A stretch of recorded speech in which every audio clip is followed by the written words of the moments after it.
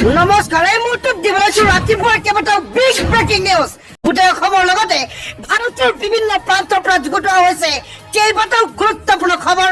জুবিনৰ বিয়োগৰ খবৰ লাভৰ পাছতেই গুৰেশ্বৰৰ হাৰিজোৰাৰ আকাশ ডেকা নামৰ যুৱকজনৰ আত্মহত্যা আৰু জুবিনৰ খবৰ সহিব নোৱাৰি 19 বছৰীয়া এই যুৱকজনে আত্মহত্যা কৰিছে বুলি জানিব পৰা গৈছে। এই খবৰ বিয়পি পৰাৰ লগে লগে আৰু অধিক শোকাকুল পৰিৱেশে বিৰাজ কৰিছে সমগ্ৰ অসমত।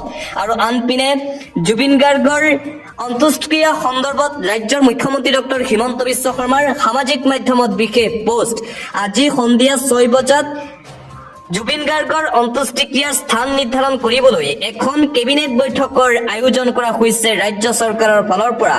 আজি সন্ধিয়া 6 বজাত আমাৰ মৰমৰ জুবিন গাৰ্গৰ অন্ত্যেষ্টিক্ৰিয়াৰ স্থান নিৰ্ধাৰণ কৰিবলৈ এখন কেবিনেট বৈঠক অনুষ্ঠিত কৰা হ'ব বুলি সামাজিক মাধ্যমত পোষ্ট কৰিছে ৰাজ্যৰ মুখ্যমন্ত্ৰী ডক্টৰ হিমন্ত বিশ্ব শৰ্মাই। এইখন বৈঠকতে সিদ্ধান্ত লোৱা হ'ব যে জুবিন গাৰ্গৰ অন্ত্যেষ্টিক্ৰিয়াৰ স্থান ক'ত হ'ব আৰু সময় কেতিয়া হ'ব, সকলো সিদ্ধান্তই লোৱা হ'ব এই বৈঠকত।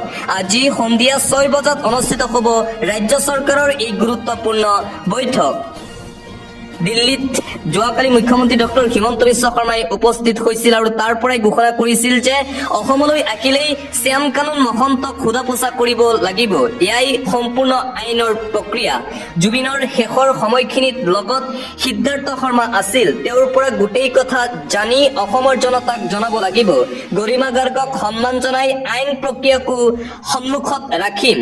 এইদৰে জুবিন গাৰ্গৰ তদন্তক লৈও মন্তব্য কৰিছে মুখ্যমন্ত্ৰী হিমন্ত বিশ্ব শৰ্মাই। আৰু মুখ্যমন্ত্ৰী হিমন্ত বিশ্ব শৰ্মাই স্পষ্টকৈ কৈছে যে জুবিন গাৰ্গৰ লগত যিসকল ব্যক্তি আছিল ছিংগাপুৰত, সেই আটাইকেইগৰাকী ব্যক্তিক অসম আৰক্ষীয়ে সোধা পোছা কৰিব। আৰু সোধা পোছা কৰি কি তথ্য লাভ কৰে অসম আৰক্ষীয়ে, সেয়া অসমৰ ৰাইজক অৱগত কৰোৱা হ'ব বুলি মুখ্যমন্ত্ৰী ডক্টৰ হিমন্ত বিশ্ব শৰ্মাই সমগ্ৰ ৰাজ্যবাসীক উদ্দেশ্যি আশ্বাস প্ৰদান কৰে। মুখ্যমন্ত্ৰী হিমন্ত বিশ্ব শৰ্মায়ো বাৰে বাৰে জুবিন গাৰ্গ সন্দৰ্ভত দি আছে আপডেট।